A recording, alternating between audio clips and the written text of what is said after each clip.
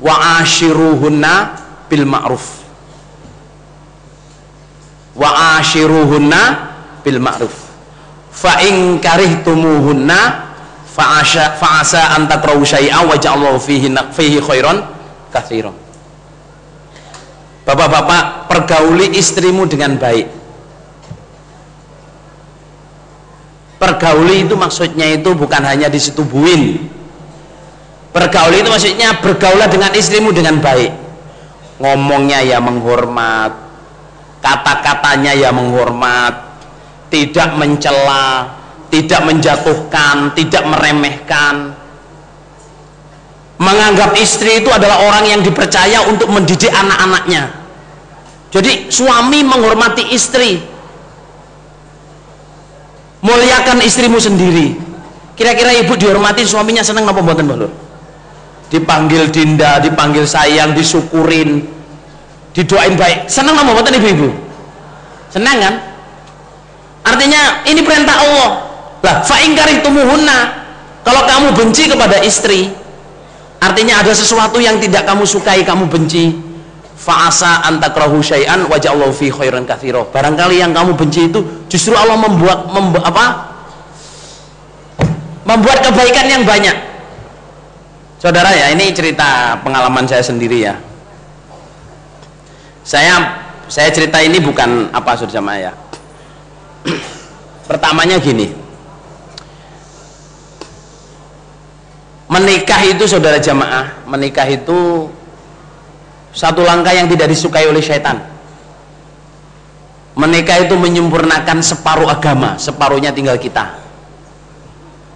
Saya menikah istri saya itu saja jamaah, itu saya meyakini itu jodoh saya sudah doa bertahun-tahun. Tapi saya nikahin itu jamaah nggak langsung saya suka, ngerti maksud saya? Nggak langsung saya bisa nerima, oh ini istri saya, ini terbaik untuk anak saya, ini terbaik untuk keluarga saya. Lama sekali saudara jamaah. Saya cerita ke bapak-bapak ya, maksudnya itu supaya yang baru-baru menikah atau yang sudah lama menikah, saya mempelajari istri saya, ya saya doain, ya saya ini itu, saya memerlukan waktu 10 tahun saudara jamaah. Waktu 10 tahun baru saya bisa tahu, oh ternyata istri saya itu cantik. Cantik in quote apa? Bukan cantik rupanya, enggak saudara. Oh ternyata istri saya itu cantik. Itu saya perlu waktu 10 tahun. Ada orang yang memerlukan waktu melihat istrinya cantik itu sampai 20 tahun. Lah apa enggak tua? Loh cantiknya itu bukan cantik. Cantik itu maksudnya ya, oh ini pantas jadi istri saya, bisa dipercaya, bisa mendidik anak-anak saya, bisa mendukung kemubalekan saya, mendukung jamaah saya, mendukung dakwaan saya. Jadi perlu waktu segitunya saudara jamaah, padahal ini saya doain. Dan banyak hal yang saya nggak suka. Ini cerita ini untuk ilmu ya, bukan untuk buka ini ya, untuk ilmu. Bahwa saya juga perlu proses saudara jamaah. Untuk bisa mengenal istri saya perlu proses lama sekali. Karena saya sebelum nikah, saya maksudnya jadi mubalek ya, sebelum nikah itu kebetulan oleh Allah itu diajak menyelesaikan oleh pengurus-pengurus, diajak menyelesaikan perkara suami istri. Saya masih bujang saudara jamaah waktu itu jadi mubalek. Itu diajak pengurus menyelesaikan pertengkaran suami istri gara-gara bedak. Bedak ini loh. Ini yang bujang-bujang, yang kecil-kecil nggak usah dengerin ya. Jadi ada istri datang ke pengurus itu, dia jengkel dengan suaminya, nggak pernah mau mencium, langsung amal soleh. Terus suaminya dipanggil itu jawabnya apa saudara jamaah? Jawabnya, saya nggak suka bau bedak istri saya itu, kalau saya cium itu bau, tapi dia maunya beli itu aja. Gara-gara bedak saudara jamaah bisa bertengkar sampai hampir bercerai saudara. Gara-gara bedak. Yang perempuan suka bedak itu, yang laki-laki kalau bau bedak itu pusing. Padahal perlu amal soleh. Akhirnya to the point lah, to the point istrinya nggak suka.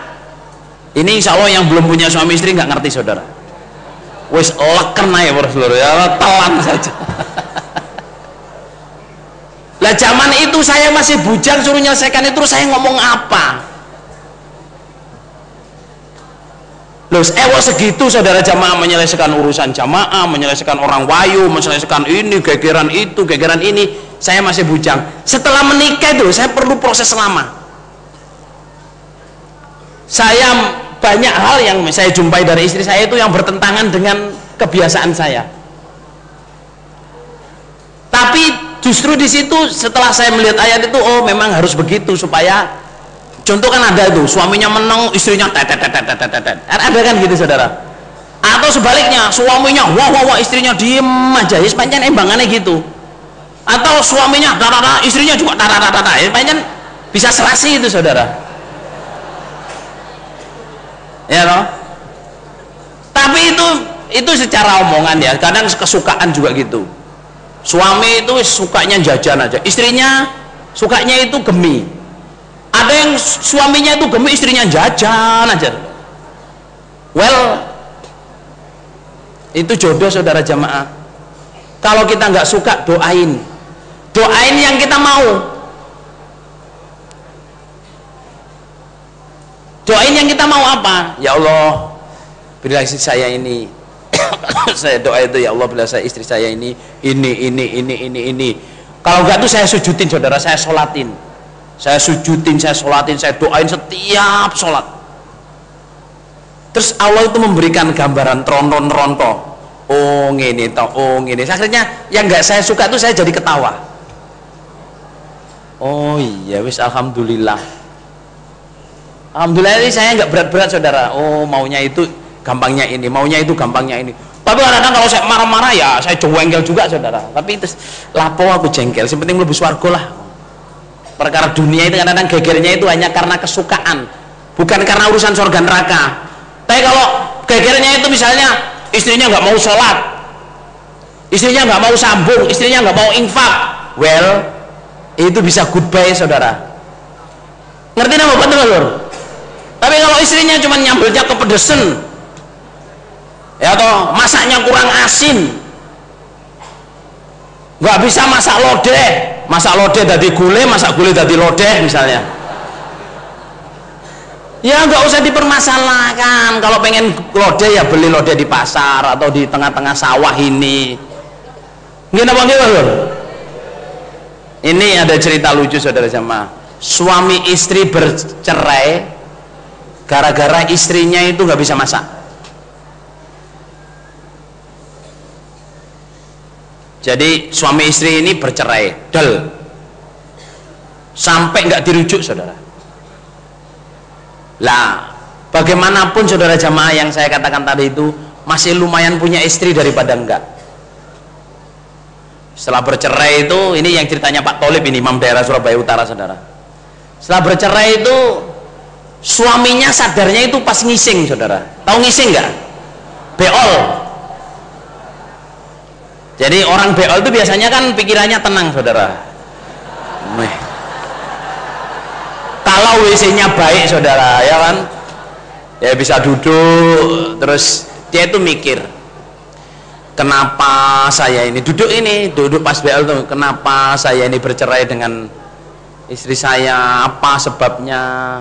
Sekarang rindu tapi harus ngelamar lagi, soalnya nggak dirujuk saudara. Kalau nggak dirujuk itu berarti habis rujuk, kalau mau balik lagi itu harus ngelamar lagi, harus nikah lagi kalau belum cerai 3 kali. Kenapa saya ini bercerai dengan istri saya? Setelah lama gini terus taiknya jatuh plung, taiknya itu jatuh plung, terus dia jadi sadar saudara, Masya Allah, saya yang menceraikan istri saya itu belani taek. Ngerti nggak? Karena taik saya mencerai istri saya. Ngerti maksudnya taik saudara? Cuman gara-gara makanan yang akhirnya jadi taik, menceraikan istrinya. Mbok dicontoh Nabi saudara, Nabi itu nggak pernah mencela makanan. Kalau suka dimakan, kalau nggak suka ditinggal.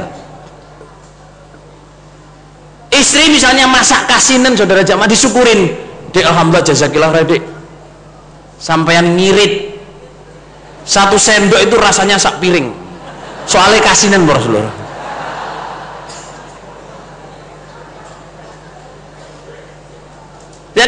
Jadi positif terus gitu loh. Istri masak misalnya jahur bening, gak asin, gak legi, gak apa lur, dek nggak usah bikin teh. Loh kenapa pak? Dudunya bisa diminum, koyok wedang lur ya.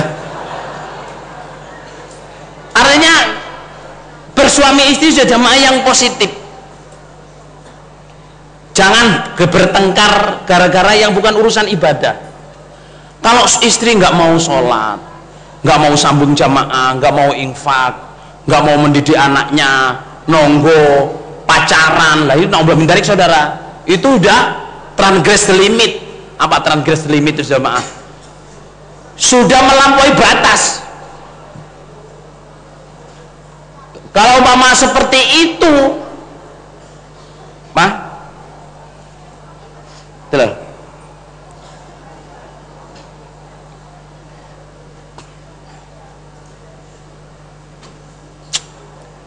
Apa itu yang firman-Nya Allah surat Nisa itu,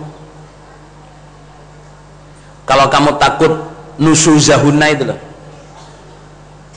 kalau kamu takut pelanggarannya perempuan, yang pertama itu fa'idhuhunna. Jadi langkah berbicara kepada istri, bapak-bapak ya, fa'idhuhunna. Apa itu? Apa? Nusuzahunna fa'idhuhunna wahjuruna fil madoji wadribuhunna fa'in atoknakum falatabhu alaihinna sabila. Ngarepe nopo lali. Untuk suami-suami ya, firman Allah ini betul saudara dan harus dilakukan. Okay? Kalau kamu khawatir istrimu itu melanggar, yang pertama harus nasihat. Halo bapak-bapak, nasihat, bukan marah. Halo, bukan marah-marah. Kebanyakan suami itu kalau nggak suka dengan istri atau istri melanggar itu, yang keluar marah, bukan nasihat. Oke, suami dengarkan suami, ya. Halo suami. Di sini suami di sini. Kebanyakan kalau istrinya melanggar itu yang keluar bukan nasihat tapi marah. Padahal firman Allah, kalau kamu takut, wallati takhafuna nusuzahunna fa'idhuhunna wahjuruhunna fil madaji wadribuhunna fa'in ata'nakum falatabghu alaihinna sabila. Jadi perempuan yang istrimu yang kamu takuti pelanggarannya, langkah pertama adalah apa saja jemaah? Nasihat. Kalau nasihat maksud saya bukan marah. Karena suami ini biasanya kalau ngadepin istri saudara jamaah, nasihat itu susah, maunya marah. Jadi pertama nasihat. Kalau nasihat tidak mempan, langkah kedua adalah apa saja jamaah? Wahjuruna fil maboji, pisai dalam tidur. Tapi ini tafsirnya itu memisai tidur di dalam rumah.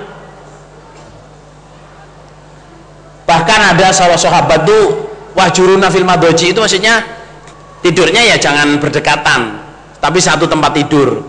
Tapi ada apa penafsir yang lain itu misai tidur yang penting di rumah. Ini keterangannya itu jagani. Kalau istri itu sadar, itu cari gara-garanya itu mudah. Contoh, misalnya suami jengkel sama itu, udah dinasihati dengan cara yang baik masih nggak berubah, terus tidur di ruang tamu. Nah ini bapak-bapak juga jangan bodoh. Apa jangan bodoh itu? Kalau istrinya keluar terus tanya, mas kok tidur di luar, apa nggak ada nyamuknya? Biar dikit nyamuk nggak apa-apa. Jangan gitu saudara. Kalau perempuan sudah tanya, mas kok tidur di luar, apa nggak banyak nyamuk, itu berarti dia itu mau minta maaf tapi malu. Soalnya perempuan tuh minta maaf itu gengsi saudara. Ngakui kesalahan tuh gengsi. Salah marah-marah ya perempuan itu saudara. Salah marah ya perempuan itu. Siang itu anaknya dicubit, dimarahin, diginiin, malam-malam dibilangin sama suaminya, dek, sebenarnya tadi yang salah itu siapa toh? Kan yang salah kamu, masa anaknya kamu gituin? Iya mas saya salah. Nah, tapi sampean juga gitu, gara-gara sampean saya jadi marah sama lo. Sudah ngaku salah tuh suaminya dimarahin, gara-gara sampean saya ngomong lebih iya lah, kok ngaku salah muring-muring tuh. Itu kalau nggak makhluk perempuan nggak bisa, saudara. Ayat ini saudara jamaah ya, pisailah istrimu di dalam rumah, itu maksudnya itu supaya kalau perempuan ini membuka hatinya, itu cari gara-garanya gampang. Mas, anterin kamar mandi, nggak pernah minta antar, sana kamar mandi sendiri. Ini berarti suaminya itu nggak tanggap, rodok bodoh titik. Itu sebenarnya isyarat bahwa perempuan ini sudah hatinya sudah luluh gitu. Mas, oh mas, kok tidur di luar, nggak banyak nyamuk ta? Iya banyak dek nyamuknya ya, saya tak di dalam aja ya. Ya udah sini mas. Berarti itu sudah cool saudara, jangan biarin nyamuknya cuma satu, temannya yang banyak.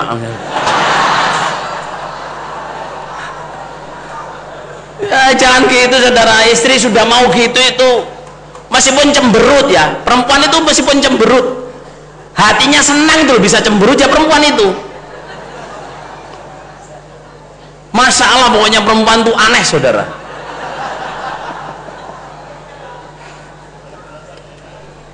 Tapi rasanya enak, oh ya oh.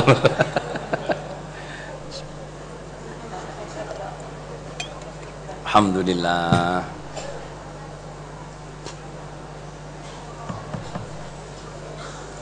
Soalnya saudara jamaah ya, perintah Allah kalau kamu sudah nasihat dengan baik, ibu-ibu ya dengarkan, kalau sudah dinasihati dengan baik, kalau nggak berubah itu berarti ada sesuatu, berarti perempuan itu gengsi gitu. Tapi dengan nasihat yang baik, insya Allah ibu-ibu itu juga mikir nasihat yang baik, bukan marah-marah. Kalau masih nggak berubah saudara jamaah, dinasihati fil madoji ini mangkulnya itu dulu saya, jangan ditinggal tidur di masjid, jangan ditinggal tidur di gardu, jangan tinggal tidur di gubuk sawah. Karena apa? Mangkul saya dulu itu, kalau perempuan ini mau memaafkan, cari gara-garanya itu susah kalau tidurnya di luar rumah. Tapi kalau tidur di dalam rumah, cari gara-garanya mudah. Cuman, mas, kok tidur di luar, apa nggak kedinginan, apa nggak banyak nyamuk, atau mas anterin kamar mandi saya takut, bisa. Tapi kalau suaminya tidur misalnya di masjid luhur atau di gardu, nyari gara-garanya gimana saudara?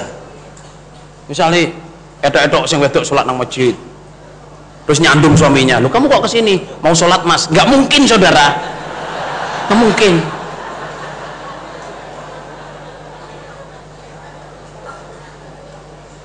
Atau pura-pura cari jangkrik karena suaminya tidurnya di gubuknya sawah.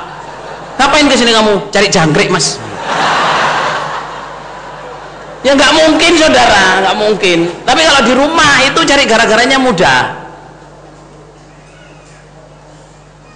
Nah itu. Jadi resep dari Allah ini mudah saudara. Kalau dinasehati dengan baik tidak berubah, dipisahi tidur tidak berubah, masih bekengkeng, wadribuhunna. Wadribuhunna ini mangkulnya itu pukullah atau ambillah ketegasan. Maumu apa? Maumu apa? Saya nasihatin tidak mau, saya pisahin tidur tidak mau, betah-betahan malahan. Ayo betah-betahan, betandi. Nah insya Allah suami betah saudara jamaah. Kalau kamu nggak mau ya cari lagi, nggak tahu ya. Tapi cari lagi yo gak gampang para sedulur. Sing digoleki yo kurang mesti nek gelem, nek gak kodare yo ora iso goleki para sedulur. Wong yang bujang nyari aja susah kok, Lur. Nggih napa nggih? Tadi Bapak Ibu-ibu nggak usah khawatir gitu.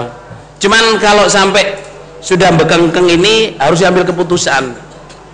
Fab'athu hakamam min ahlihi wa hakamam min ahliha. Iyurida islahi wa fikilau bainahuma innallaha kana aliman khabira. Kalau ada suami istri diselesaikan wis gak iso selesai Pak Lur.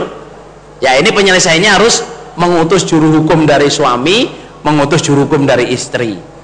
Terus dibicarakan iki enake piye. Kalau menghendaki baik, iyurida islahan yuwaffiqillahu bainahuma. Kalau dua-duanya menghendaki baik, insya Allah akan membuat kecocokan. Saudara, bapak-bapak, saya mohon ya, berdoalah sampean menjadi suami yang baik. Nggih? Kira-kira sakit nangkep napa mboten balur?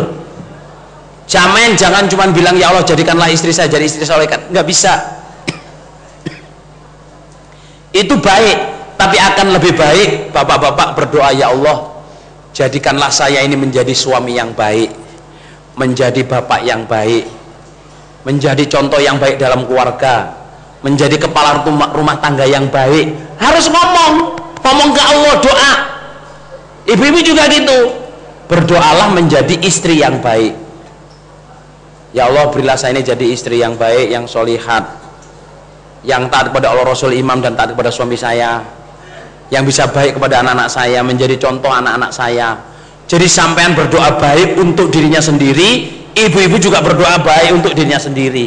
Kalau sama-sama baik saudara jamaah ya baik. Kalau sudah berdoa dirinya sendiri baru berdoa untuk lawannya.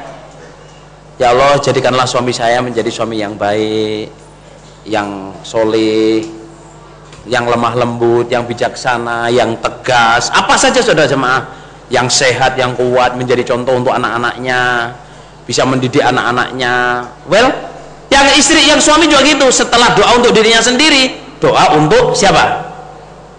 Untuk istrinya. Jadi setelah ya Allah jadikanlah saya menjadi suami yang baik, ini semua macam-macam itu, baru doa ya Allah jadikanlah istri saya ini menjadi istri yang solihat, bisa dipercaya, bisa amanah, bisa menjaga anak-anak saya, bisa mendidik anak-anak saya, menjadi contoh anak-anak saya, bisa bertemu di surga dengan anak-anak saya, bersama-sama saya masuk surga. Jadi suami berdoa untuk dirinya sendiri dan untuk istrinya, istri berdoa untuk dirinya sendiri dan suaminya. Kalau sudah begitu saudara jamaah, ini nasihat suami istri ini saudara jamaah penting. Karena apa? Di Quran disebutkan, di hadis disebutkan, di berbagai topik disebutkan suami istri ini. Kalau suami istri itu sudah baik saudara jamaah, tidak ada kenikmatan yang melebihi mempunyai suami yang baik, tidak ada kenikmatan yang melebihi mempunyai istri yang baik. Nggih napa nggih balur? Ad-dunya kullaha mata wa khairu mata'id dunya al-mar'atus sholihah. Dunia ini semua kesenangan, tapi tidak ada kesenangan yang melebihi perempuan yang solihat. Istri juga begitu. Dunia ini semua kesenangan, tapi tidak ada yang melebihi kesenangan mempunyai suami yang baik. Kalau kita pengen baik, ya kita doakan. Setelah didoakan, dikomunikasikan. Saudara ya, saya kalau di Australia, di Amerika, di negeri-negeri maju itu, insya Allah mungkin di Singapura ada ya, itu ada program namanya Triple P. Apa Triple P itu? Kalau di Australia itu Triple P itu positive parenting program. Ini saya mau cerita ke sampean bahwa orang bule sendiri yang nggak tahu agama Islam itu mereka mengadakan kursus ini mahal saudara. Kalau sekarang ini kalau orang Indonesia ikut kursus Triple P ini saudara jamaah, bayarnya itu kurang-kurang 5 juta rupiah. Bayarnya kurang-kurang satu orang itu 5 juta rupiah, paling sedikit.